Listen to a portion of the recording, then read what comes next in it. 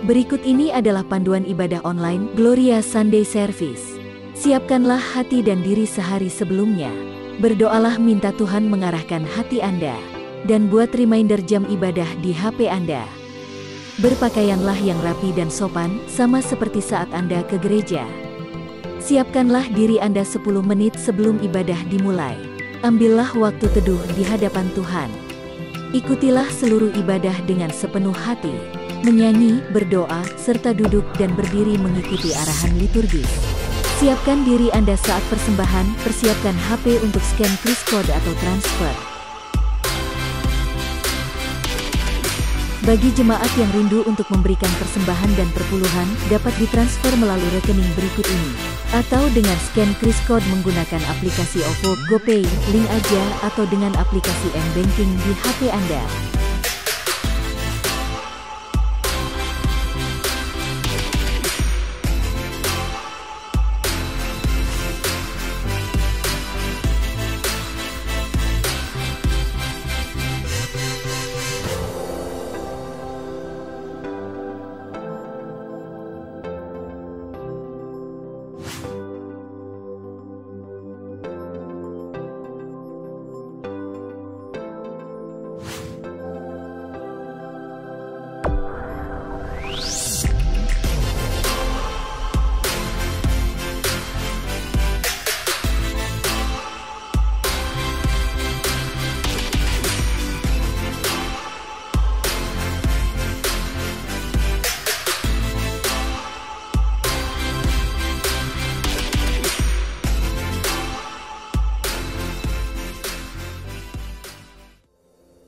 Shalom Bapak Ibu seluruh jemaat GKA Gloria yang dikasihi oleh Tuhan Yesus Kristus. Bersyukur kepada Tuhan, Bapak Ibu kita semua boleh hadir di dalam channel ini. Kita melihat bahwa semua karena anugerah Tuhan, rahmat Tuhan yang begitu besar bagi setiap kita. Bapak Ibu yang terkasih, tidak terasa ini adalah minggu terakhir di tahun 2020. Ada suka, ada duka. Ada pimpinan Tuhan yang Tuhan nyatakan di dalam perjalanan kehidupan kita. Sekalipun kita melewati masa pandemik ini, tapi karya dan tuntunan Tuhan tidak pernah terlepas. Minggu demi minggu, hari demi hari, detik demi detik di dalam hidup kita. Bapak Ibu yang terkasih dalam Tuhan, puji Tuhan hari ini kita akan mendengarkan firman Tuhan yang disampaikan oleh penginjil Samuel Sugiarto. Beliau adalah salah satu dosen dari Universitas Petra Surabaya. Kiranya firman Tuhan yang akan disampaikan oleh hambanya ini sungguh menguatkan iman kita untuk lebih dekat kepada Tuhan. Bapak Ibu yang terkasih, minggu depan tanggal 3 Januari 2021 adalah minggu pertama dan kita akan mengadakan ibadah perjamuan kudus di seluruh ibadah GKA Gloria. Bapak Ibu akan terlibat di dalam pelayanan maupun di dalam ibadah perjamuan kudus ini. Bapak Ibu boleh mengambil roti dan anggur di setiap kantor tata usaha di gereja kita masing-masing. Bapak Ibu, selamat mengikuti ibadah pada hari ini. Tuhan Yesus memberkati. Happy New Year.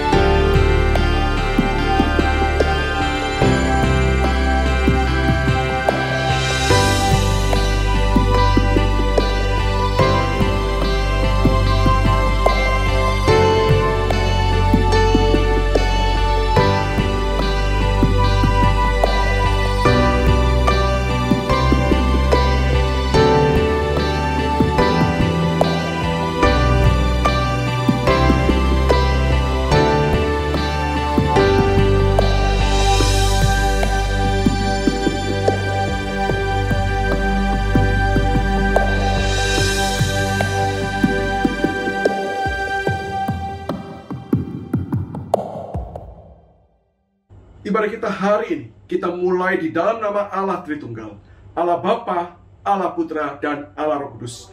Kiranya kasih daripada Allah Tritunggal menyertai setiap kita.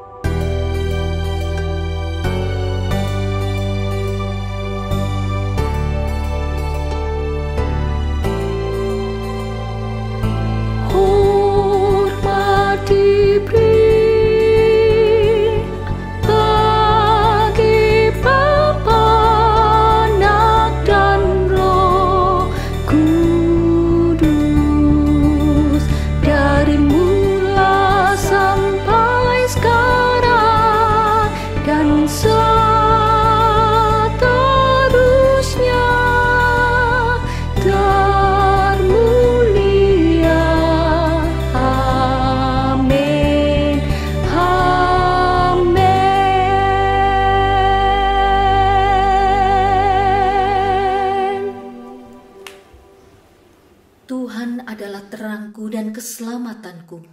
Kepada siapakah aku harus takut? Tuhan adalah benteng hidupku. Terhadap siapakah aku harus gemetar? Sesungguhnya aku percaya akan melihat kebaikan Tuhan di negeri orang-orang yang hidup. Bersama-sama nantikanlah Tuhan, kuatkanlah dan teguhkanlah hatimu. Ya, nantikan Tuhan. Jemaat dipersilakan untuk duduk. Tiada kasih yang lebih besar dari kasih Kristus yang mau datang ke dunia untuk menyelamatkan kita. Sungguh terlalu berharga anugerah keselamatan yang Tuhan berikan. Puji, syukur, dan keagungan kami mau naikkan bagimu ya Tuhan. Dalam Kristus ku berikan kemuliaan atas kemenanganku. Sungguh ku terpesona akan kekuatan dan kuasa-Mu. Oh, tak dapat ku mengukurnya, namun semuanya tak dapat melampaui anugerah-Mu yang ku terima dalam Kristus. Ku percaya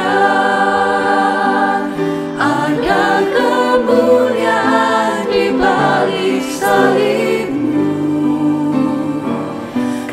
Aku nyatakan kemenangan dari-Mu, kekuatanku, harapanku hanya Kristus.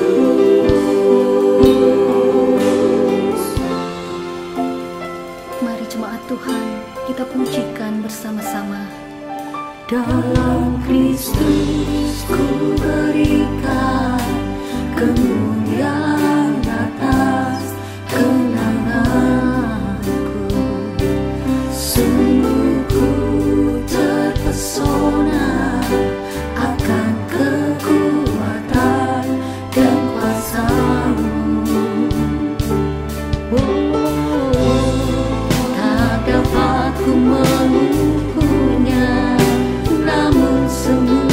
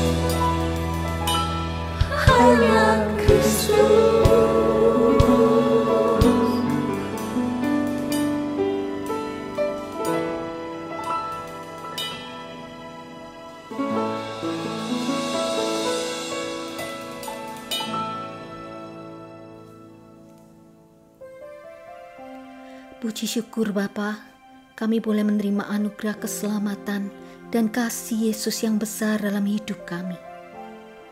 Kami datang dengan segala kelemahan kami. Kami memohon pengampunan Tuhan untuk setiap dosa-dosa melalui pikiran, perbuatan, perkataan yang kami lakukan. Kuatkan dan mampukanlah kami untuk kami boleh menjadi pembawa kasih dan damai Tuhan dalam hidup kami.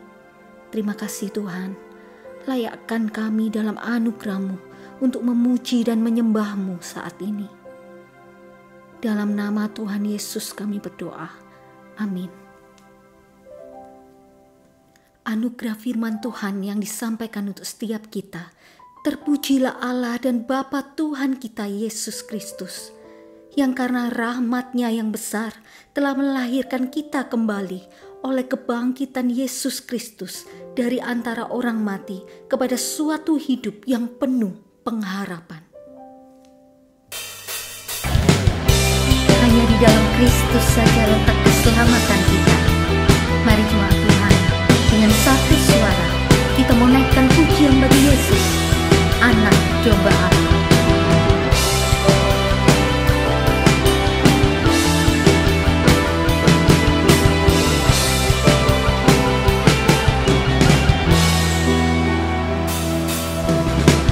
Tiba saatnya kami berkumpul bersatu, garis nafsuku dan bangsa, berdiri di hadapan tahta Anak Domba, satu suara menyatakan keselamatan bagi Allah yang duduk dan bertata. Kami naikkan pada Anak Domba, pujian dan kekuatan, hormat dan kekuasaan, kemuliaan bagi Dia selamanya.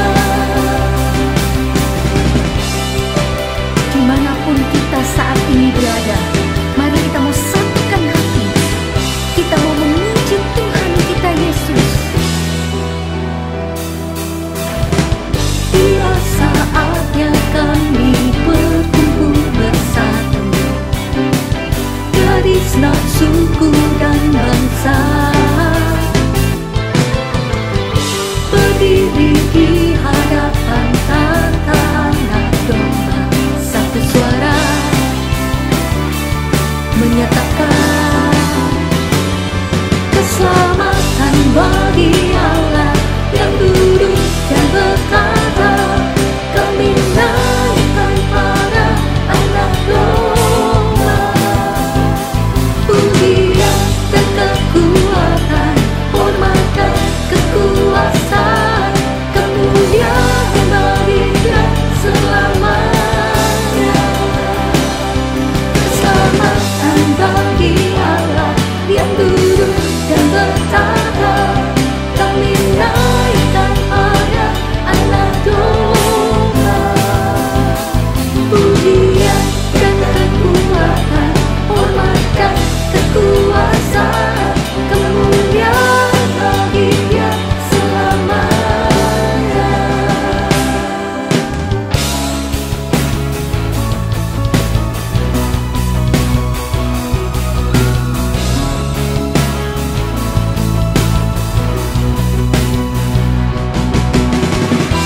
Keselamatan bagi Allah kami yang duduk di atas tahta dan bagi Anak Domba Allah. Segala puji-pujian dan kehormatan hanya bagi Tuhan. Keselamatan bagi Allah yang duduk dan bertata. Kami naikkan pada Anak Domba, pujian dan kekuatan, hormat dan kekuasaan, kemuliaan bagi Dia selamanya. Keselamatan bagi Allah yang duduk dan bertata. Kami naikkan pada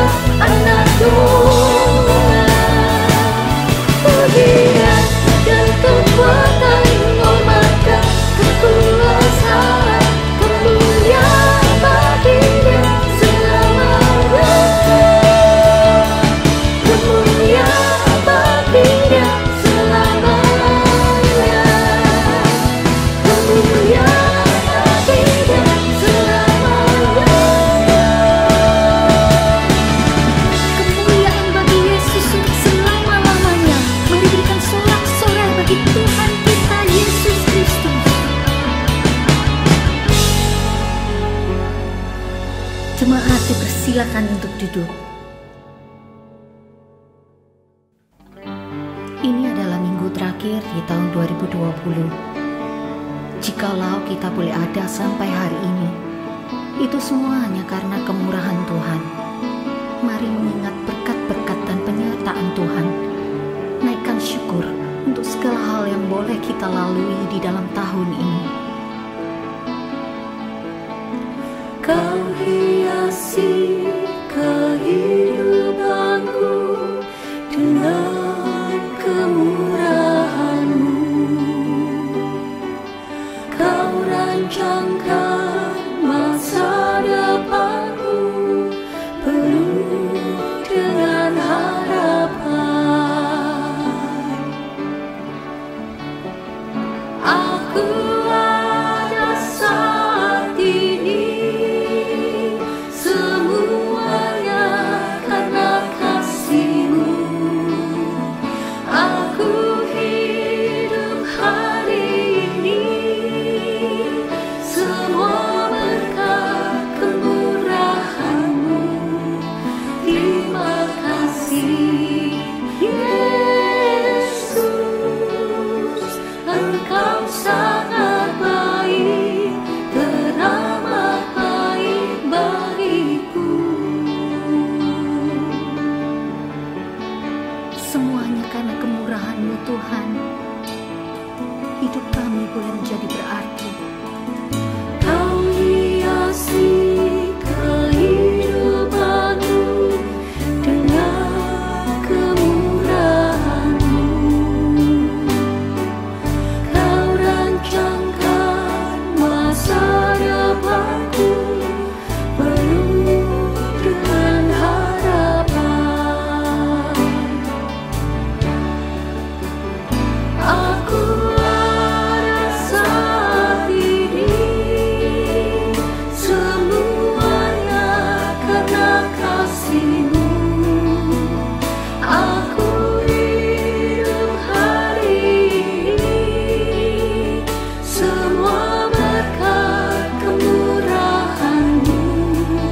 Terima kasih Yesus, Engkau sangat baik, teramat baik. Aku ada saat ini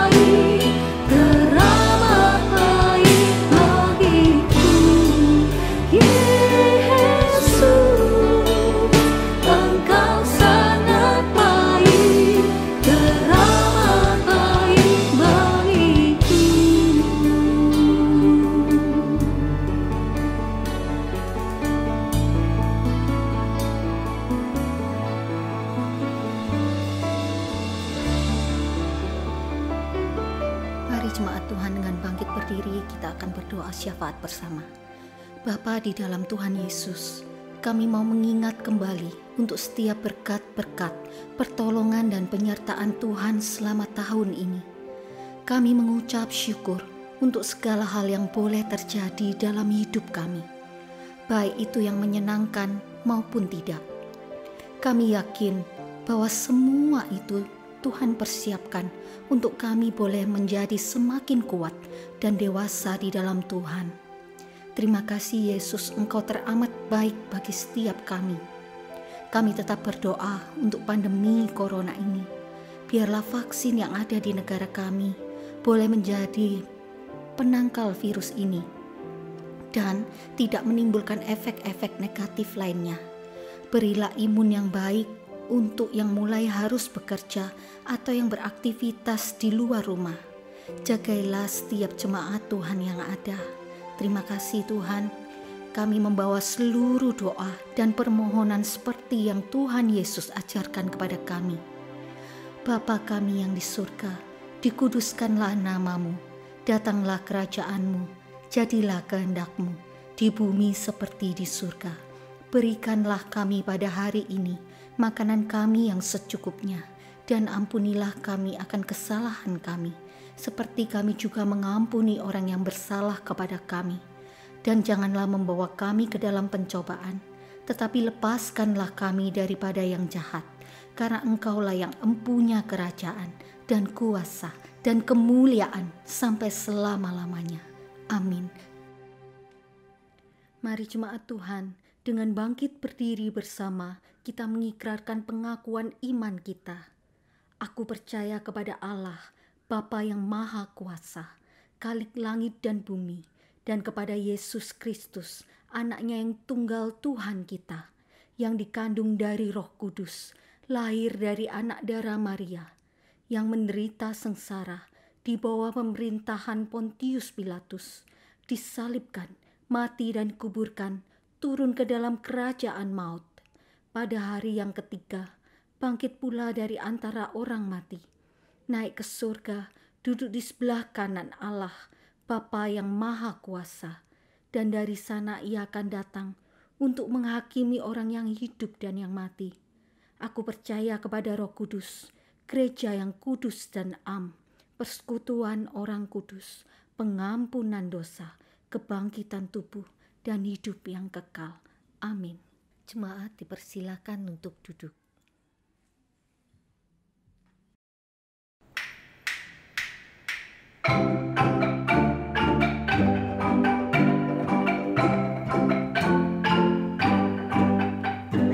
Padang rumput yang sunyi, gembala jaga domba, tiba-tiba berbunyi suara dari surga. Malaikat bersoraklah, bawa berita gembira, Yesus Kristus telah lahir, malam kota Bethlehem. Ini kabar gembira bagi manusia. Kabarkan ke seluruh bumi pada hari ini. Mari kita bersorak, puji mulia baginya.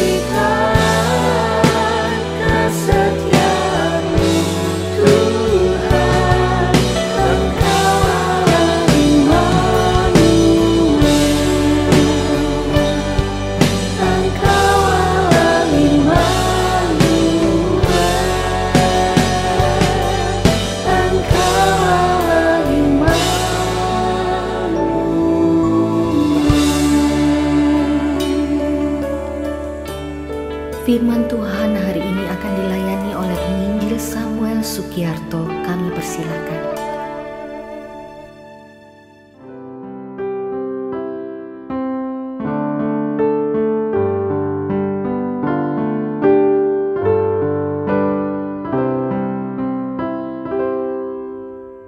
Mari Bapak, Ibu, dan rekan-rekan sekalian, saya mengundang kita untuk tundukkan kepala dan kita berdoa sebelum kita membaca dan merenungkan firman Tuhan. Bapa di sorga, kami bersyukur hari ini adalah minggu terakhir di tahun 2020 ini. Kami telah melewati tahun ini dengan berbagai macam hal, berbagai macam kesulitan, berbagai macam tantangannya. Tetapi kalaupun lewat semuanya ini, kami percaya karena ada anugerah dan pertolongan dari Tuhan. Maka meresponi segala kasih kebaikan-Mu itu Tuhan. Saat ini kami mempersiapkan hati dan pikiran kami untuk belajar firman Tuhan. Urapilah setiap kami, celikan mata rohani kami, supaya dengan kami membaca firman-Mu, merenungkan kebenarannya, kami ditolong dan diajar untuk kemudian mengenal Engkau lebih lagi, sehingga kemudian kami boleh mengasihi Engkau dan kami boleh hidup bagi Engkau. Pakailah hamba-Mu yang lemah dan terbatas ini untuk menjadi saluran berkat bagi setiap rekan-rekan yang hari ini, di dalam kesempatan ini, belajar firman Tuhan. Dengar doa kami ya Tuhan, demi Yesus Kristus, Tuhan dan Juru Selamat kami. Kami berdoa, kami berserah diri. Amin. Rekan-rekanku, hari ini di dalam kesempatan minggu terakhir tahun 2020 ini, saya rindu mengajak kita menggumulkan satu kebenaran firman Tuhan yang saya yakin dan saya percayai setiap kita mungkin sudah sering membacanya. Bahkan mungkin sebagian menghafal akan bagian firman Tuhan ini. Mari kita bersama-sama membuka dari Injil Matius pasal yang ke-28 ayat yang ke-20b. Matius 28 ayat 20b. Saya tidak menampilkan ayat di dalam PPT saya, karena saya rindu setiap kita boleh membuka Alkitab kita masing-masing, baik Alkitab cetak ataupun Alkitab elektronik. Mari kita memperhatikan bersama-sama Matius pasal yang ke-28 ayat yang ke-20b.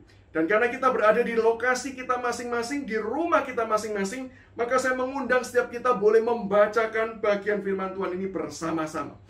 2, 3. Dan ketahuilah, Aku menyertai kamu senantiasa sampai kepada akhir zaman.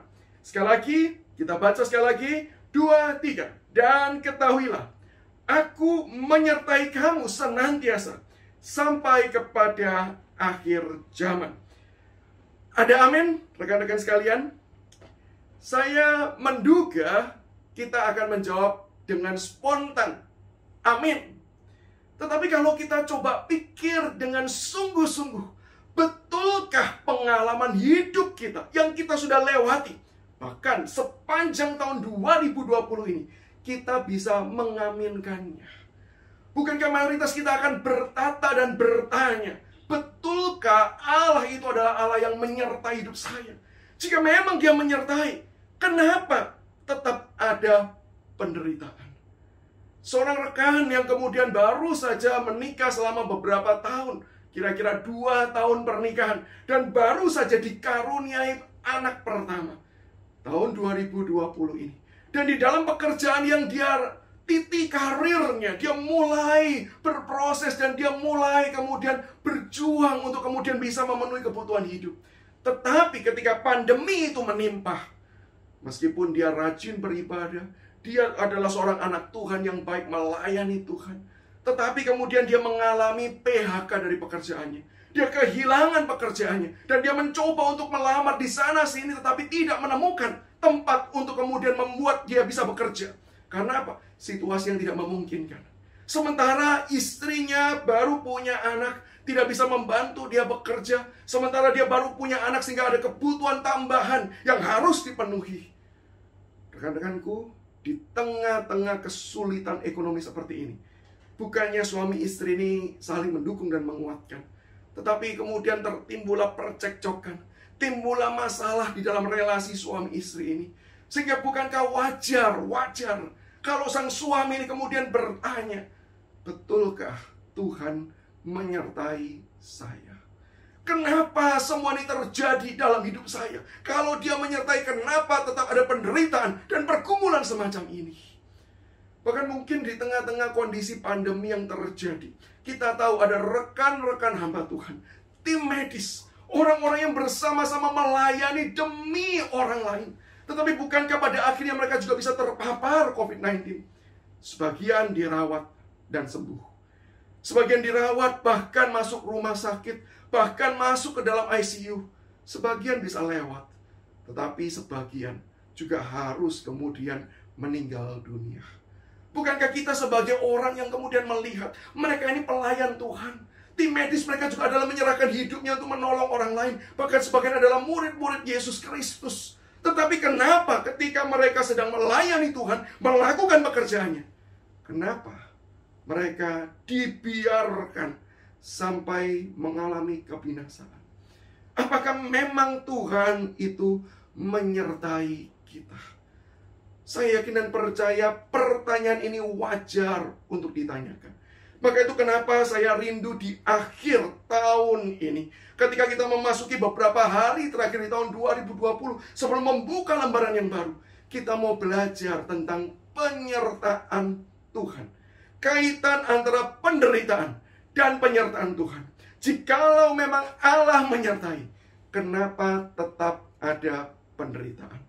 Berdasarkan firman Tuhan yang tadi kita baca, dan juga beberapa bagian firman Tuhan yang lain, saya mengajak kita melihat 3 hal yang menjadi pembelajaran kita di dalam kesempatan kali ini. Yang pertama, kenapa ada penderitaan meskipun Allah menyertai kita?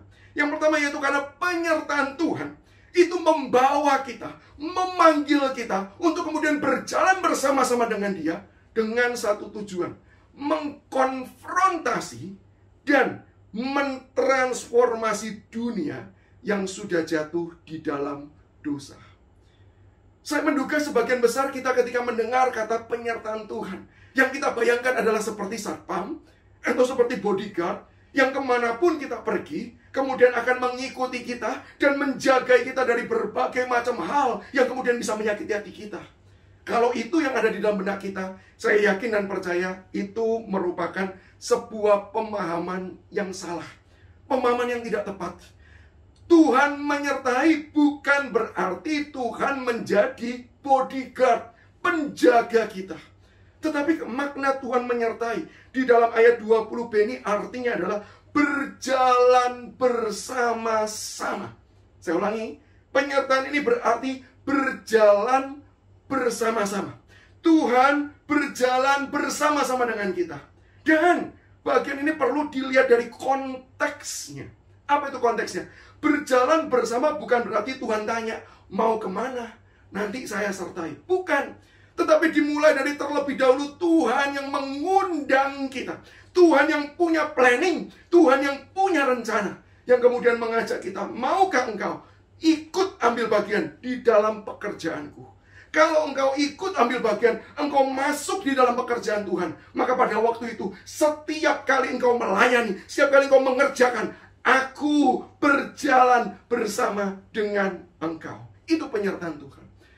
Maka kalau kita lihat di Matius 28, dimulai terlebih dahulu ayat 19 sampai ayat 20a, bukan? Ada sebuah panggilan Tuhan, ada sebuah misi yang Tuhan berikan. Pergilah, jadikanlah semua bangsa muridku, baptislah mereka, ajarlah. Ini konteksnya. Sehingga berjalan bersama. Bukan Tuhan mengikut kita, tetapi Tuhan punya planning, Tuhan undang kita. Dan ketika kita berkata iya, dan kita mengerjakannya, Tuhan berkata, aku berada bersama-sama dengan kamu. Itu penyertaan Tuhan. Pertanyaannya adalah, panggilan Tuhan itu panggilan untuk mengerjakan apa?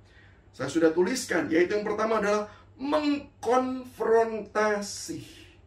Mungkin sebagian kita berkata, aduh, bahasanya kok terlalu keras ya. Bahasanya kok bahasa nuansanya itu ada pertikaian, ada peperangan. Saya mau katakan memang benar. Memang itulah konteksnya. Yaitu ada nuansa peperangan. Tetapi bukan peperangan antar sesama manusia, tetapi peperangan antara Allah dengan si jahat. Ketika iblis dan berbagai macam segala sekutunya berusaha kemudian melawan Tuhan, berusaha untuk mengambil kekuasaan Tuhan, berusaha untuk menguasai segala dunia ini, padahal dunia ini adalah milik Tuhan. Iblis berjuang mengalahkan tersebut. Iblis berjuang untuk mengambil alih. Maka kita ingat di dalam Matius pasal ketiga, ketika Yesus dicobai, bukankah iblis berkata, kalau engkau sembah aku, artinya apa? Berikan kuasanya kepadaku, maka semuanya kuberikan kepadamu. Ini bukan tukar-tukaran, bukan. Tapi artinya adalah kalau kuasa itu diberikan kepadaku, hak itu dilimpahkan kepadaku, kamu kujadikan CEO. Kamu kujadikan manajer untuk mengelolanya. Tapi jangan lupa, semua itu sudah jadi milikku. Ada pertempuran itu. Sehingga tidak heran kalau kita baca di ayat 18. Yesus berkata apa? Kepadaku telah diberikan segala kuasa di sorga dan di bumi. Artinya apa? Yesus mau mengatakan, di dalam pertempuran kosmik antara Allah dengan kuasa-kuasa dunia ini, kuasa-kuasa dosa, kuasa-kuasa kejahatan, Yesus berkata, aku telah memenangkannya. Maka segala kuasa sudah ada di tangan Dia. Namun yang jadi pertanyaan kita adalah, kalau memang Yesus sudah menang, kenapa kok kita masih menderita? Bukankah kalau kita ini ikut Tuhan dan Tuhan menang, ya harusnya kita tidak mengalami apa-apa dong. Saya mau katakan betul, Tuhan memang sudah memenangkan peperangan. Tapi jangan lupa, musuhnya Tuhan, si iblis, ini bukanlah pribadi yang kemudian mudah menyerah. Dia bukanlah pribadi yang mudah kemudian patah semangat. Kalau kita perhatikan sebuah bangsa, antar bangsa berperang, maka ketika satu bangsa sudah ditaklukkan, seluruh musuhnya itu, prajuritnya, akan segera meletakkan senjata. Ketika ibu kotanya dikuasai, maka semua tahu, walaupun dia masih bisa membunuh, tapi dia tahu dia sudah kalah, maka dia meletakkan senjata. Itu manusia. Tetapi iblis, meskipun bendera kemenangan sudah dikibarkan, Yesus sudah memenangkan peperangan, tapi iblis tetap terus-menerus mencoba menarik, mengalahkan sebanyak mungkin, walaupun pada akhirnya dia tahu dia akan dikalahkan. Maka itulah kenapa ada penderitaan. Karena ketika kita mengikut pekerjaan Tuhan, maka musuh kita adalah si iblis. Musuh kita adalah si jahat yang terus-menerus bekerja dengan berbagai macam cara, menggunakan cara-cara apapun untuk apa? Berjuang memberikan kekalahan-kekalahan di dalam pertempuran. Dalam hal ini saya membedakan, peperangan itu besar, pertempuran itu lokal, kecil-kecil. Iblis berusaha mengalahkan kita di dalam pertempuran, walaupun dia tahu pada akhirnya dia tetap akan takluk dan kalah. Tetapi dia terus-menerus mencoba memberikan kekalahan-kekalahan di dalam pertempuran, meskipun peperangannya sudah dimenangkan oleh Tuhan. Itulah yang menjadi alasan kenapa ketika kita itu mengikut Tuhan, bahkan bukan sekedar mengikut, melayani bersama-sama dengan Dia, penderitaan itu tetap datang. Karena kita senantiasa mengkonfrontasi kuasa-kuasa kegelapan, dosa, dan kejahatan. Tetapi panggilan Tuhan bukan sekedar mengkonfrontasi, tetapi juga mentransformasi. Maka kalau kita memperhatikan, Matius 28 ayat 19 berkata apa? Jadikanlah semua bangsa muridku. Yang dulu musuh, sekarang Tuhan panggil kita untuk bekerja menjadikan musuh ini sebagai murid. Kemudian apa? Baptislah mereka. Biarkan mereka tunduk dan takluk di bawah kuasa Tuhan. Ajarlah mereka melakukan segala sesuatu yang sesuai dengan apa yang sudah Tuhan ajarkan, Tuhan Yesus perintahkan. Artinya apa? Ada perubahan pola hidup. Dari perubahan status, dari musuh menjadi murid. Kemudian perilakunya pun juga harus diubah. Dari perilaku menentang Allah, melawan Allah, menjadi perilaku anak-anak Allah yang benar, yang hidup. Dan kita tahu, mentransformasi itu bukan hal yang mudah. Mentransformasi, mengubah kehidupan, itu bukan hal yang gampang. Kalau hanya make up, saya percaya, itu relatif mudah. Memberikan tempelan, itu mudah. Tetapi kalau mengubah secara total dari dalam keluar, saya percaya itu bukan pekerjaan yang mudah, bukan. Sebagai seorang dosen dan sebagai seorang ayah, saya sangat memahami betapa sulitnya mengubah hidup orang. Bahkan saya mau katakan seringkali itu merupakan pekerjaan yang mustahil untuk bisa dilakukan dengan sempurna dan dengan tepat. Jangankan mengubah orang lain, bukankah kita harus jujur mengakui, mengubah diri kita sendiri bukan pekerjaan yang gampang, bukan? Karena memang semua manusia pada umumnya malas, enggan untuk berubah. Apalagi perubahan yang total. Ketika sudah mager, malas gerak, bukankah sulit untuk kemudian diajak bertindak, berubah, mengalami sebuah transformasi. Sehingga di dalam hal inilah muncul kesulitan, muncul tantangan, bahkan bisa jadi muncul tentangan dari orang-orang yang kemudian kita layani, yang orang-orang yang kepadanya kita berikan kasih kita, untuk kemudian mereka boleh berubah, diubahkan menurut pembaharuan budi mereka. Sehingga ini juga menimbulkan penderitaan. Dan saya ingin menambahkan satu poin lagi. Kadangkala kesulitan perubahan, kesulitan, tantangan, tekanan, penderitaan itu muncul karena apa? Karena kita di dalam mengiring Tuhan, di dalam mengikut Tuhan, kita mau cari enaknya.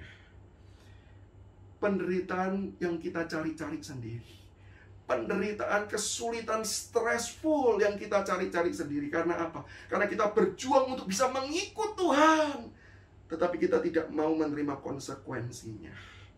Bukankah itu seringkali terjadi juga dalam kehidupan setiap kita? Bahkan juga terjadi dalam kehidupan saya.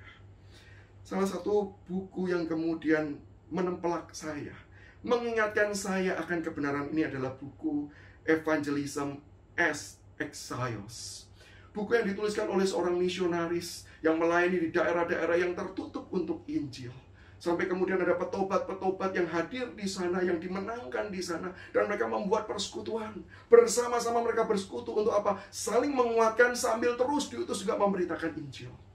Di dalam satu pertemuan, para misionaris dengan para petobat-petobat ini, para misionaris ini berdiskusi, gimana ya caranya untuk menghindari penderitaan? Gimana ya caranya supaya kita tuh tidak usah mengalami kesulitan? Gimana caranya kita bisa memberitakan Injil, tapi tidak mungkin ada resiko yang kita terima? Wah, mereka saling melempar ide, saling melempar pendapat. Dan mereka tidak mendapatkan jalan yang terbaik. Mereka tidak mendapatkan akan kemudian solusinya. Sampai kemudian sang penulis buku ini melihat kepada salah satu orang yang baru bertobat. Bukan baru, artinya dia yang sudah dimenangkan dari dulunya bukan murid Tuhan. Orang ini tampak cool, tenang. Tidak seperti orang lain yang kemudian stres memikirkan caranya. Lalu dia tertarik dan dia bertanya, kamu kan sekarang sudah jadi murid Kristus. Dulu kamu bukan. Boleh tidak kamu kasih tips? Menurut kamu, kira-kira bagaimana caranya kita bisa memberitakan Injil, tetapi kita tidak akan mengalami konsekuensi sama sekali? Dan yang menarik adalah jawaban yang dia berikan. Kalau boleh saya terjemahkan secara harafiah, secara bebas, maksud saya adalah demikian. Kalau terjemahan bebasnya adalah kira-kira berbunyi demikian. Saya membaca dengan jelas firman Tuhan. Yesus mengatakan bahwa penderitaan itu merupakan satu hal yang pasti terjadi. Yesus berkata, aku mengutus kamu seperti domba ke tengah-tengah serigala. Barang siapa mau mengikut aku, ia harus menyangkal diri, yang memikul salib, yang artinya harus mati, bersedia mati, dan mengikut dia. Maka dia berkata, kalau Yesus sudah mengatakan bahwa memang menderita, saya dengan serius mendengarkannya, dan saya berkata, ya sudah. Kalau bahkan Yesus sendiri yang melayani, dia pun menderita, wajar dong kalau sekarang saya melayani bersama-sama dengan Kristus, saya pun juga menderita. Sehingga kalau sudah memang harus saya menderita, ya saya menerima. Dan saya tidak mencoba untuk mencari solusi tersebut. Saya membiarkan diri saya. Saya tetap melakukan pekerjaan Tuhan dengan resiko tersebut. Karena saya tahu ada penyertaan Tuhan. Saya tetap melakukannya. Meskipun saya tahu resikonya. Dan saya tidak mencoba menghindari, menghilangkan. Tetapi membiarkan. Betul-betul Allah yang menyertai. Itu Allah yang kemudian akan menjaganya. Menjaga saya. Dengan segala macam caranya. Sehingga memang di dalam kebenaran ini, penderitaan itu sesuatu hal yang sangat mungkin terjadi. Di dalam kehidupan setiap kita. Orang-orang yang mengikut Kristus, melayani bersama dengan Dia. Karena ada konfrontasi dari kuasa-kuasa kegelapan. Dan ada kesulitan serta tantangan dari orang-orang yang kita layani. Sehingga di situ kita harus berkata, wajar kalau memang ada penderitaan. Ada penderitaan bukan berarti Tuhan tidak menyertai. Ini bagian yang pertama. Bagian yang kedua adalah kenapa ada penderitaan. Kalau Allah menyertai, kenapa tetap ada penderitaan? Sebenarnya kalimat itu merupakan sebuah kalimat kesimpulan yang salah. Sebuah kalimat kesimpulan yang tidak tepat. Sebuah kalimat kesimpulan yang didasarkan karena kita melihat dan berfokus kepada arah yang salah. Saya terinspirasi dari seorang hamba Tuhan yang kemudian menceritakan pengalaman seorang pegawainya di masa kecilnya di India, di zaman kuno, gitu ya. India masa lampau maksudnya, gitu ya. Tahun 1900-an, gitu ya. Ketika kemudian pegawai ini kemudian melayani dengan kemudian giat di rumah tersebut, maka kemudian tuan rumahnya saudara berkata, mau enggak kamu nonton bioskop? Di zaman itu yang bisa nonton bioskop hanya orang-orang kaya, sehingga kesempatan yang begitu jarang dia dapatkan. Sehingga dia berkata, wah, saya kalau pingin, tapi tentu saya tidak punya uang untuk kemudian nonton. Maka sang majikan berkata, tenang, saya bayar. Kamu nonton saja. Ini merupakan hadiah untuk upaya keras kamu membantu pekerjaan di rumah ini. Wah, maka pegawai itu senang sekali. Di hari-hari dia bersiap-siap, dia mencoba berbagai macam pakaiannya supaya apa? Jangan sampai mempermalukan diri sendiri. Dia coba, dia berdandan sebaik mungkin. Sampai-sampai waktunya hampir terlambat. Maka dia cepat-cepat berangkat. Tapi bagaimanapun cepat dia berangkat, dia terlambat datang. Pintu bioskop sudah tertutup. Tapi dia nggak tahu bahwa itu adalah pintu masuk bioskop. Dia cuma melihat pintu yang tertutup. Sementara ketika dia melongok ke dalam, ada pintu yang terbuka. Sebenarnya itu adalah pintu belakang. Atau pintu yang langsung dari layar itu. Layar lebar itu. Maka dia karena nggak pernah tahu, dia masuk saja melalui situ. Dan ketika dia masuk, karena suasananya gelap dan dia tidak tahu apapun, perhatian pertama tertuju kepada sebuah lubang kecil yang mengeluarkan cahaya. Dan dia sempat diam sejenak, dia memperhatikan. Dan dia mungkin melihat gelap ya, cuman ada cahaya seperti itu. Lalu dia berpikir, bioskop kalau cuma seperti ini, kenapa orang kaya mau hambur-hamburkan uang cuma untuk nonton cahaya dari lubang kecil? Tetapi tidak lama kemudian dia melihat ada respon penonton yang kemudian gelak tawa karena menyaksikan tayangan. Dia mulai sadar bahwa banyak orang, bukan cuma dia, banyak orang sedang duduk. Dan orang-orang duduk tersebut melihat, memperhatikan sesuatu yang ada di belakangnya dia. Dan ketika dia menoleh ke belakang, dia melihat layar lebar itu menampilkan gambar. Dan dia terkejut dan dia berkata, wow, pantas saja orang-orang mau bayar uang untuk menyaksikan hal seperti ini. Ketika dia melihat kepada arah yang salah, dia mengatakan bahwa kok cuman begitu ya? Karena apa? Bukannya bioskop itu kurang bagus, tapi karena arah yang dia lihat tidak tepat. Ketika kita berbicara tentang penyertaan Tuhan, sebenarnya apa sih yang menjadi fokus kita?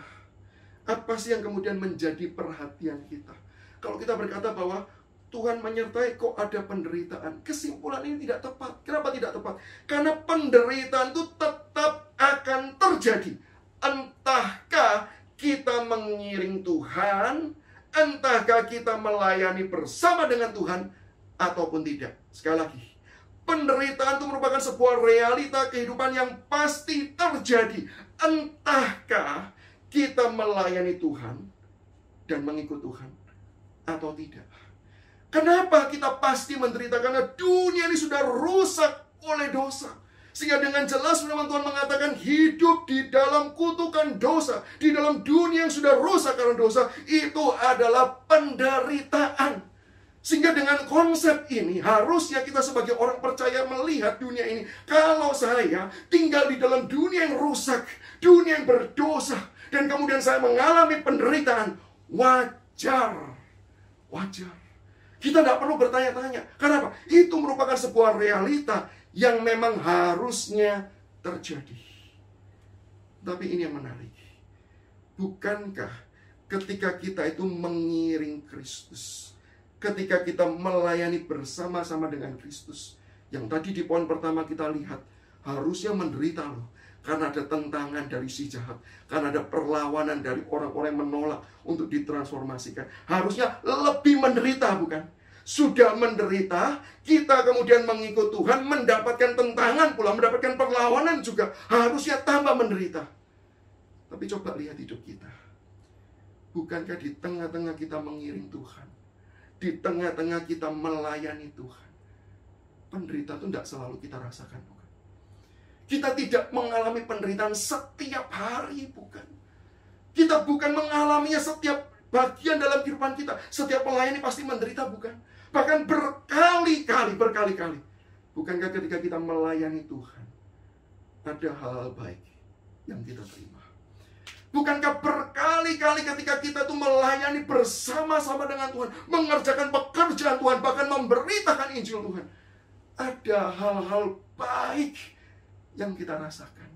Sehingga harusnya ketika kita sadar memang dunia ini rusak, penderitaan wajar. Ditambah lagi saya mengikut Kristus, harusnya penderitanya tambah double. Tapi kok hidupku tetap ada ya hal-hal baik, tetap ada ya hal-hal yang kemudian mempesona, hal-hal yang indah, hal-hal yang kemudian memberkati aku. Maka bukankah harusnya kalau kacamata kita ini tepat, kesimpulan kita ini, puji Tuhan, inilah penyertaan Tuhan di tengah-tengah kondisi penderitaan yang memang harusnya saya terima dan saya pikul. Rekan-rekanku, hari ini kacamata seperti apakah yang kita gunakan? Apakah yang kemudian sudut pandang apakah yang kemudian kita pakai melihat dunia ini? Kalau kita sadar Alkitab dengan jelas mengatakan dunia ini sudah rusak, maka setiap kali ada hal baik, setiap hal baik, bahkan hal baik yang kecil pun, ingat, itu anugerah Tuhan.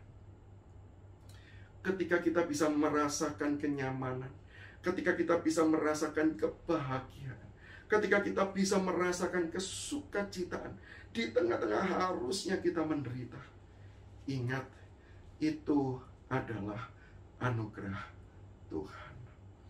Ilustrasi yang seringkali saya pakai menggambarkan hal ini adalah sama seperti kalau kita punya gadget. Kalau kita punya gadget, kita baru beli, lalu kemudian kita coba, kita nyalakan, dan itu nyala. Kita harusnya berkata itu biasa. Kenapa? Ya memang gadget ini masih baik. Gadget ini baru. Maka kalau dia nyala, pada waktu dinyalakan, itu hal yang wajar terjadi. Tetapi ketika gadget itu kita celupkan di dalam air, tanpa pelindung apapun, selama beberapa waktu lamanya, beberapa jam, bahkan mungkin beberapa hari, begitu kita keluarkan, kita sudah tahu, ini harusnya rusak, ini harusnya tidak mungkin bisa menyala. Sehingga kalau kita tekan tidak nyala, ya kita berkata wajar. Wajar. Kenapa? Memang sudah dalam kondisi harusnya rusak. Itulah hidup kita di dalam dunia ini yang sudah jatuh dalam dosa. Ada penderitaan, kita jangan kaget. Wajar. Memang apa? Dunianya sudah rusak. Tapi ketika gadget tersebut kita nyalakan dan masih nyala, masih kemudian melakukan, bisa digunakan sebagaimana semestinya, bukankah kita berkata, wow, amazing. Jangankan berfungsi total, masih bisa nyala pun kita berkata, wow, kok hebat ya. Padahal kalau gadget biasa dinyalakan, kita berkata wajar. Tapi begitu sudah ada di dalam kondisi yang seharusnya rusak, tapi masih bisa nyala, kita bisa berkata ini amazing, luar biasa. Itulah hidup kita. Berkat-berkat yang kecil, berkat-berkat keseharian, kenyamanan hidup, kegembiraan yang masih kita bisa nikmati ketika kita hidup bagi Tuhan. Sadarlah, itu bukti penyertaan Tuhan. Sehingga nggak heran pemazmur mengajak kita di dalam Mazmur 105 ayat ke-5. Ingatlah perbuatan-perbuatan ajaib yang dilakukannya, mujizat-mujizatnya, dan penghukuman-penghukuman yang diucapkan. Kata ingatlah ini bukan cuma sekedar, oh iya, aku ingat. Tapi betul-betul kita hitung satu-satu. Betul-betul kita teliti satu-satu. Sehingga kalau betul-betul kita itu mengambil waktu evaluasi, kita meneliti, kemudian kita memperhatikan dengan seksama segala sesuatu yang terjadi dalam hidup kita, saya yakin dan percaya, kita akan berkata, Tuhan itu luar biasa. Penyertaannya sungguh sempurna. Karena begitu banyak hal baik yang Tuhan berikan ketika kita hidup mengiring Dia. Gak heran Paulus di dalam surat Efesus pasal yang ketiga 18-19 dia berkata, aku berdoa supaya kamu bersama dengan segala orang kudus dapat memahami betapa lebar, betapa panjang, betapa tinggi, betapa dalamnya kasih Kristus, dan dapat mengenal kasih itu sekalipun ia melampaui segala pengetahuan. Aku berdoa supaya kamu dipenuhi di dalam seluruh kepenuhan Allah. Ketika kita sudah menghitung berkat-berkat itu, ketika kita sudah meneliti seluruh bagian kehidupan kita, maka saya dengan percaya kita bisa berkata, begitu lebar, begitu panjang, tinggi, dan dalam kasih Allah itu. Bapak, Ibu, dan rekan-rekanku, mari kita gunakan waktu momen beberapa hari terakhir di tahun 2020, di mana kita memasuki masa-masa yang penuh dengan kesulitan, masa-masa yang tidak terelakkan dengan berbagai macam tantangan yang ada. Mari kita duduk, mari kita teliti baik-baik, mari kita hitung berkat penyertaan Tuhan. Dan biarlah kita dibuat takjub, ternyata begitu banyak karya baik, penyertaan yang Tuhan berikan dalam kehidupan setiap kita. Ini yang kedua, dan yang ketiga, dan yang terakhir. Kenapa tetap ada penderitaan? Saya kira dan percaya orang bisa bertanya demikian. Kalau Tuhan menyertai, oke dah, memang bisa jadi tetap ada penderitaan. Tapi bisakah Tuhan itu menyertai kita dengan cara tidak ada sama sekali penderitaan yang terjadi? Bisakah itu terjadi? Maka kalau tanya bisa atau tidak, saya percaya jawabannya adalah jelas bisa. Maka orang bisa tanya, bukankah kita juga bisa tanya, kalau memang Tuhan bisa menyertai dengan cara tidak ada penderitaan sama sekali, kenapa penyertaan Tuhan yang terjadi dalam kehidupan kita membiarkan adanya penderitaan tersebut? Maka yang ketiga, saya percaya jawaban adalah karena melalui penderitaan itu Tuhan menyadarkan kita kembali bahwa Dialah Allah yang sedang menyertai kita.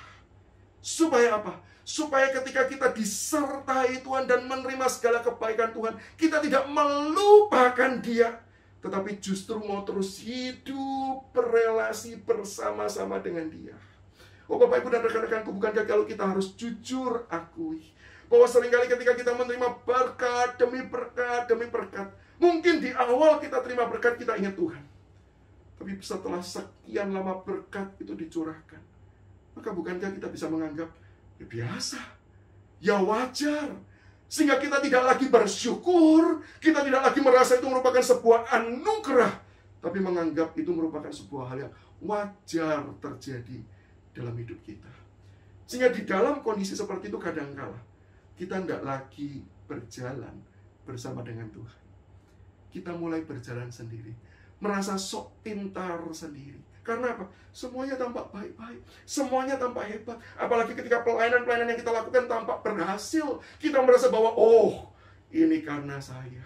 Oh, ini karena apa yang saya lakukan. Sehingga kita mulai mencoba melakukannya sendiri tanpa berjalan bersama dengan Tuhan. Sehingga ketika Tuhan mengizinkan adanya penderitaan-penderitaan tersebut, bukan Tuhan yang buat, Tuhan izinkan itu terjadi dengan satu tujuan, menyadarkan kita untuk terus-menerus berbalik kepada Dia, melihat kepada Dia, mengingat Dia. Sehingga kemudian terus-menerus kita hidup itu berelasi penuh kasih dengan Dia. Allah yang sudah mengasihi kita secara total. Allah yang bahkan memberikan nyawanya mati di atas kayu salib dan kemudian bangkit untuk memberikan penyertaan kepada kita. Allah rindu kita berelasi terus-menerus penuh kasih dengan Dia.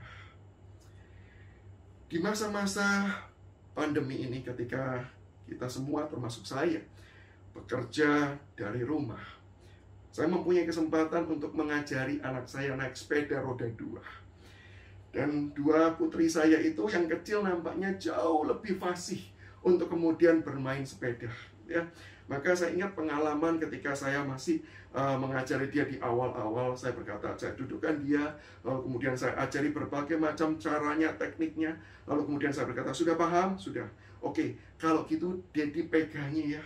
Daddy dipegang, di belakang pegang, kamu jalan, seimbangkan, kayuh. Oke, Daddy. Maka kemudian dia mulai mengayuh, saya pegang di belakang, kita mulai kemudian menjaga keseimbangannya dia supaya dia tidak jatuh.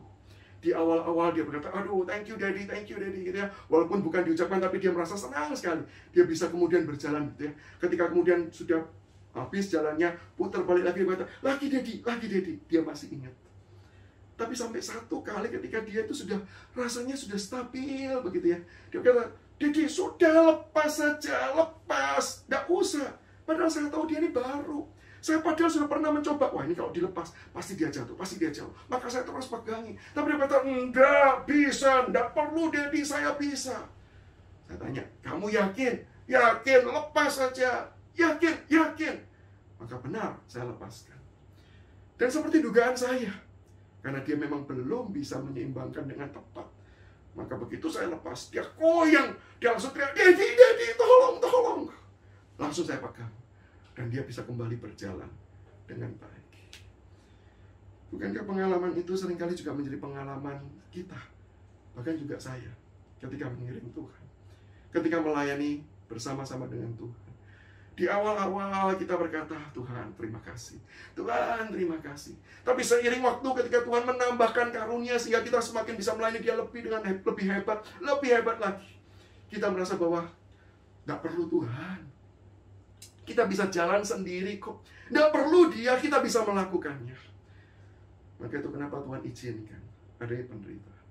Supaya ketika kita sudah sadar, kita lemah, kita tidak berdaya, di waktu itulah kita kembali mengarah kepada Tuhan dan berkata, tanpa Engkau, aku tidak bisa. Dan bukankah pandemi itu juga mengajarkan hal yang sama? Ketika kemudian kita dari tahun demi tahun, kita melewati hari-hari kita dan berkata, oh tahun depan nanti saya akan punya hal ini. Saya akan melayani seperti ini. Seolah-olah kita ini sanggup dan kita ini bisa. Tapi bukankah ketika masa pandemi terjadi, semua kita diajar untuk berkata, tanpa Tuhan, saya tidak berdaya. Saya tidak mampu berbuat apa-apa. Penderitaan membuat kita kembali sadar siapakah diri kita. Dan penderitaan menolong kita mau kembali datang, bergantung dengan Tuhan, dan mengajar kita. Inilah relasi yang Tuhan inginkan. Untuk terus berjalan bersama-sama, menikmati proses perjalanan tersebut. Hari ini ketika kita mengiring Tuhan, ketika kita melayani Tuhan, apakah yang indah adalah masa-masa ketika kita berjalan bersama-sama dengan Dia? Apakah itu yang menjadi pengalaman-pengalaman yang kita rindu untuk terus-menerus terjadi? Semakin kita melayani, semakin kita berkata, aku senang Tuhan, bukan karena aku dipuji, bukan karena aku bertambah hebat, bukan karena ada buah-buah yang banyak aku hasilkan, tapi karena aku betul-betul menikmati waktu-waktu bersama dengan Engkau. Bapak Ibu, saya belajar dan ditegur juga hal ini melalui pengalaman dengan anak saya. Kalau tadi saya ceritakan anak yang kedua, sekarang saya ceritakan anak yang pertama. Anak yang pertama itu punya sebuah kebiasaan yang menurut saya unik dan menarik. Dan dari situ saya belajar. Setiap kali saya belikan ia makanankah, atau belikan dia barang-barangkah, satu hal yang saya senang, yaitu apa? Setiap kali ketika dia terima, dia, wah Daddy terima kasih, maka dia peluk saya. Yang kedua pun begitu, dia terima kasih, wah Daddy terima kasih, dia peluk. Tetapi yang pertama itu punya kebiasaan begini, kalau itu makanan atau minuman yang dia suka, maka setelah dia peluk saya, dia terima kasih, dia mulai buka minumannya, dia minum.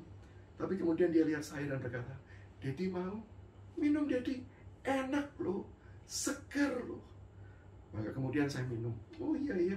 Terus kemudian dia duduk di samping saya, dia minum, terus dia kasih saya. Dia minum lagi, dia kasih saya. Demikian juga kalau saya belikan barang. Terakhir ini saya belikan dia earphone yang digunakan untuk proses belajar dari rumah. Maka ketika dia dibelikan tersebut, dia senang sekali. Dan kemudian setelah dia beli, dia senang, dia coba. Terus dia, wah enak loh Daddy, jelas loh, sini Daddy, coba. Dia menyerahkan kepada saya. Dan beberapa kali saya coba, saya tanya, Daddy boleh pinjam nggak? Dan dia dengan rela berkata, silakan dipakai, that's okay. Pengalaman-pengalaman itu ketika saya renungkan secara pribadi, Tuhan itu seolah-olah mengingatkan saya, ini loh relasi yang aku inginkan. Ini loh berjalan bersama. Ini loh yang seharusnya terjadi dalam kehidupanmu bersama dengan Tuhan. Engkau diberkati, engkau disertai dengan semakin lama semakin melimpah. Bukan dengan tujuan supaya engkau bisa berjalan sendiri, tapi tujuannya adalah supaya engkau semakin bergantung, semakin menikmati, semakin mau berdua, berjalan bersama-sama. Hari ini, kalau ada begitu banyak berkat, begitu banyak anugerah, begitu banyak penyertaan yang Tuhan sudah berikan bagi hidup kita, apakah itu semua membuat kita semakin hidup mau berelasi penuh kasih, semakin hidup mencintai Tuhan, dan semakin hidup menikmati kasih Dia, atau membuat kita semakin berjalan sendiri? Biarlah seluruh firman Tuhan ini membantu proses kita merenungkan di tahun 2020 sebelum kita menutup, supaya kita sadar penyertaan Tuhan yang sempurna yang sudah Tuhan berikan itu, kita responi dengan cara yang tepat. Mari kita tundukkan kepala dan kita berdoa. Bapa di sorga, terima kasih untuk setiap berkat anugerah penyertaan. Dan biarlah Tuhan Kau boleh menolong dan membantu setiap kami menghitung, mengevaluasi hidup kami, melihat dengan semakin jelas begitu banyak anugerah-anugerah yang mungkin selama ini tidak kami sadari. Dan biarlah itu semua yang membuat kami semakin bersyukur, semakin menyerahkan hidup kami kepada Tuhan, menikmati waktu bersama-sama dengan Engkau, berjalan bersama-sama dengan Engkau, dan melayani Engkau. Tuhan, tolonglah setiap kami. Dan biarlah semakin kami menyadari besarnya penyertaan Tuhan, semakin kami hidup di dalam Tuhan, dan semakin kami hidup memuliakan Engkau. Terima kasih Tuhan. Ini doa kami naikkan semuanya hanya di dalam nama Tuhan kami, Yesus Kristus. Amin.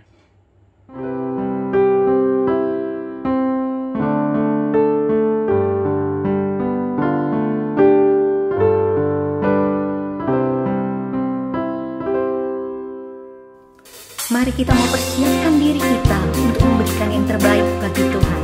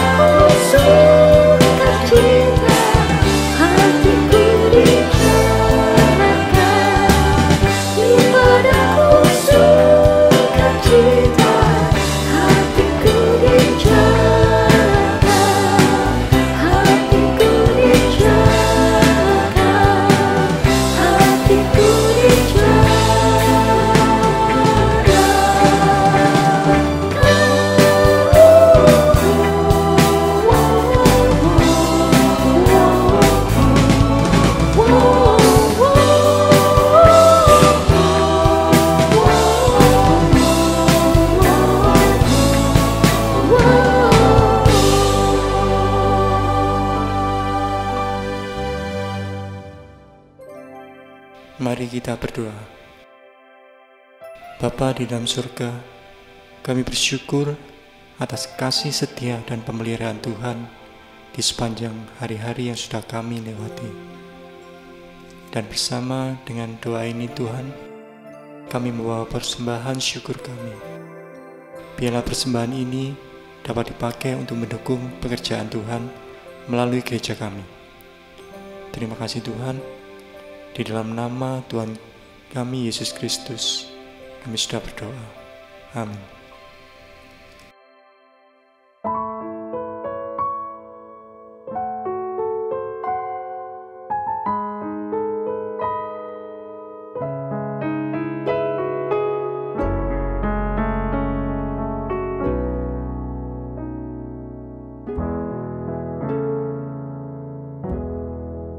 Syukur Tuhan untuk berkat yang Kau beri, ku rasakan tiap hari karena kasih-Mu. Dan syukur Tuhan, cobaan yang ku mengajarku menghayati arti kasih-Mu. Tiap liku hidupku membuatku berserah kepadamu. Luaskan Roh-Mu bekerja di hatiku. Hingga saat ini ya Tuhan, telah Kau hantar daku, dan ku rasakan damainya bersama-Mu.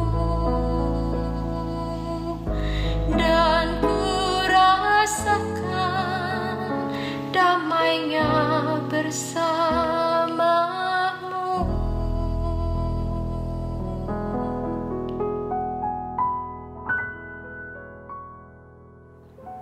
Jemaat yang dikasihi oleh Tuhan, kita bersyukur sepanjang tahun 2020 Tuhan telah sertai kita. Dan hari ini di minggu terakhir ketika kita beribadah, mari kita menundukkan diri di hadapan Tuhan. Kita berdoa, kita mengucap syukur kepada Tuhan dan mempercayakan akan hari esok kita di tahun yang baru, tahun 2021 yang akan kita songsong dengan segera dalam tangan kasih dan pimpinan daripada Tuhan. Mari kita berdoa. Bapa Surgawi, kami mengucap syukur kepada-Mu ya Tuhan. Minggu ini kami masuki minggu terakhir di sepanjang tahun 2020 ya Tuhan. Terima kasih untuk sepanjang tahun yang akan kami segera lalui. Tuhan menyertai, Tuhan memimpin akan keluar masuk kami di tengah-tengah masa yang tidak mudah ini ya Tuhan. Masa yang penuh dengan pergumulan, masa yang penuh dengan kesulitan karena pandemik yang ada ini. Kami bersyukur ya Tuhan, Engkau melindungi kami, sehingga keberadaan kami tetap boleh terjaga, terpelihara sampai saat ini. Terima kasih ya Tuhan. Tuhan juga ampuni segala dosa dan kesalahan dan kegagalan kami sepanjang tahun ini. Ada banyak hal yang kami kerjakan, itu mendukakan akan hati Tuhan. Baik pikiran kami, baik perbuatan tutur kata kami. Tuhan sekali lagi ampuni kami. Di dalam kami menyongsong tahun yang baru, tahun 2021. Satu kerinduan kami ya Tuhan, biarlah umat-Mu tetap terjaga, umat-Mu tetap terpelihara di tengah-tengah tantangan kehidupan yang ada. Hari esok kami tidak tahu akankah terang, kami tidak tahu akankah gelap, tapi kami tahu satu hal, bahwa Allah kami yang Immanuel, Allah kami yang kami kenal di dalam Yesus Kristus adalah Allah yang boleh berjanji menyertai kami. Biarlah kami mempercayakan kehidupan kami ke dalam tangan kasih daripada Tuhan. Hamba berdoa ketika kami menyongsong tahun yang 2021 ini ya Tuhan. Tuhan, biarlah Engkau juga yang akan memberkati perjalanan kami. Umat-Mu Engkau jaga, jauhkan dari segala sesuatu yang tidak berkenan di hadapan Tuhan. Tuhan yang akan memimpin sehingga sepanjang perjalanan kami berhasil juga beruntung di hadapan Tuhan. Tuhan menaungi kami dengan kasih setia. Tuhan menaungi kami dengan rahmat, dengan anugerah yang berlimpah yang datang daripada Tuhan. Terima kasih ya Tuhan. Terpujilah Engkau ya Tuhan. Segala kemuliaan dan hormat kami kembalikan kepada Tuhan. Biarlah kehidupan kami di sepanjang tahun 2021 menjadi kehidupan yang berkenan di hadapan Tuhan. Kehidupan yang memuliakan dan menyenangkan akan hati Allah. Di dalam nama Yesus kami berdoa dan mengucap syukur. Amin. Bagi Dia yang duduk di atas tahta dan bagi Anak Domba adalah puji-pujian dan hormat dan kemuliaan dan kuasa sampai selama-lamanya. Doksologi.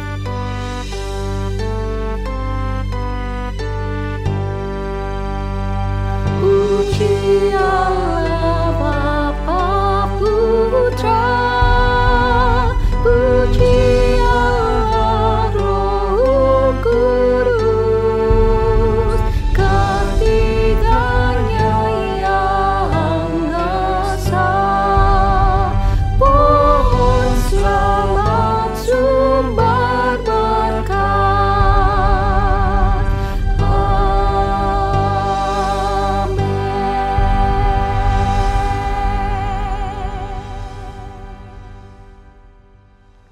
Saudaraku, mari di penghujung ibadah ini arahkanlah hatimu kepada Kristus dan pulanglah dan terimalah berkat yang datang daripada Tuhan. Tuhan memberkati engkau dan melindungi engkau. Tuhan menyinari engkau dengan wajah-Nya dan memberi engkau kasih karunia.